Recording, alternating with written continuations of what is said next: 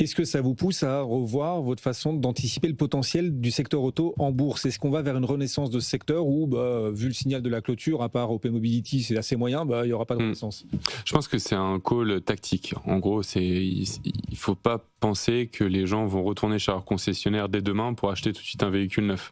C'est pas ça qu'on dit. Donnez-moi de l'essence, j'ai besoin d'essence. Voilà, Non. c'est pas ça l'objectif. L'objectif, il est plutôt, les niveaux de valorisation sont bas. Il y a des acteurs qui sont très bien exposés à la tendance actuelle, et je pense notamment à Stellantis.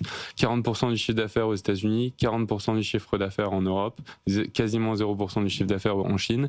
Voilà, là vous avez un constructeur automobile qui est très bien exposé à la tendance actuelle. On le voit, il monte en bourse par rapport à Renault. Et puis vous avez des acteurs aussi dans les équipementiers qui, comme vous l'avez dit, OP Mobility, on a une opinion positive sur cette valeur-là depuis peu. Et donc, effectivement, qui va certainement bénéficier de ce changement un peu de paradigme. Et donc, OP Mobility, avec les annonces du jour de Bruxelles, l'officialisation que les véhicules thermiques resteront légaux à la vente au-delà de 2035, finalement, OP Mobility gagne 2,9%.